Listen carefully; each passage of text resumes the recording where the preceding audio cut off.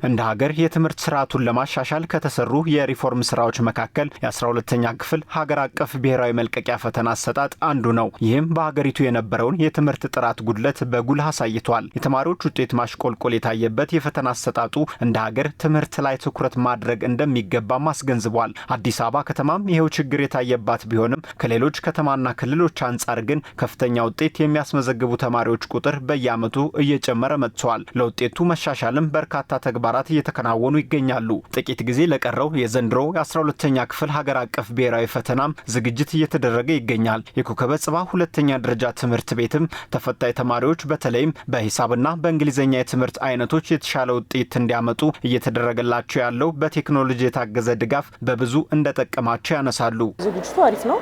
የተለያዩ ሜካፕ ክላሶችንም ይሰጣሉ። በተለያዩ ብሬክ ታይሞችን ቅዳሜ ቱቶሪያል አለ። እንዲሁም ምሳ ሰዓት ላይም እዚሁ ማትስና እንግሊዝኛ ቲቶሮችን እንገባለን። እንዲሁም ደግሞ በፕላዝማዎች ታግዞ በዲጂታል ማቴሪያሎች ታግዞ የተለያዩ ሜካፕ እንትኖችን ይሰጡናል። በብዛት በደንብ አሪፍ የተለያዩ እንግሊዝኛና ማት ትምህርት ላይ ፎከስ ተደርጓል በጣም እና የተለያዩ ላብ ክላሶች አሉን። እንግሊዝኛም እንደገና ደግሞ ማትስም አለን። በዛ ደግሞ በምሳ ሰዓትም በረፍት ሰዓታችን የገባን ጥያቄዎችን እንድንሰራ ያበረታቱናል። እንደገና ያልገቡንን ጥያቄዎችን በደንብ እንድንሰራ እያረዱን ይገኛሉ። አጠቃላይ የትምህርት ስርዓቱ ዲጂታላይዝድና ዘመኑን የተከተለ እንዲሆን መደረጉ ለተማሪዎች ብቻ ሳይሆን ለእነርሱም እንደጠቀማቸው የተናገሩት መምህራን የዘንድሮ የኮከበ ጽባህ ትምህርት ቤት የ12ኛ ክፍል ብሔራዊ ፈተና ተፈታኝ ተማሪዎች ከዚህ ቀደሙ የተሻለ ውጤት አምጥተው ወደ ከፍተኛ የትምህርት ተቋማት እንዲቀላቀሉ በተለይም በእንግሊዝኛና በሂሳብ የትምህርት አይነቶች እየተሰሩ ያሉ ስራዎችን ጠቅሰዋል።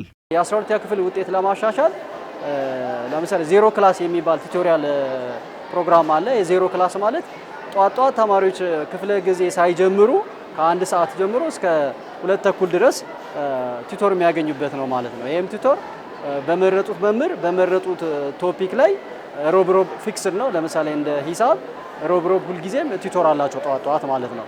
ይህም እንግዲህ የተማሪዎችን ውጤት በሂሳብ ለማሻሻል የሚደረግ ነው ማለት ነው። ላቦራቶሪ ተከፍቶ ያው በክላስም የክላሱን ክላስ ትምህርት ደግሞ በተጨማሪም ቪዲዮ ኮንፈረንስ በተለያየ እንትኖች ላቦራቶሪ በመጠቀም ተማሪዎችን እያስተማርን ነው። መምህራኖችም ደግሞ እንደገና ከቴክኖሎጂ ጋር በማድረጋችን ለተማሪዎችም እያንዳንዳቸው ክፍል በቴሌግራም በመጠቀም የተለያዩ ወርክሾቶችን ጥያቄዎችን እነሱ ጋር እንልክላቸዋለን። ሰርተው ይመጣሉ። አብረን እዚህ ጋር ዲስከስ እናደርጋለን።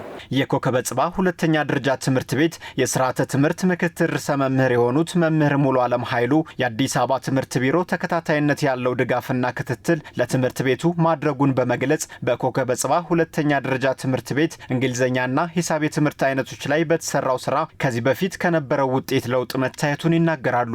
ተማሪዎቹም ኢቭኒፍ የተሻለ እንትን ያላቸው ግንዛቤ ነው ያላቸው እዚህ እንግሊዝኛና ሂሳብ ላይ እንደ ድሮ አይደለም።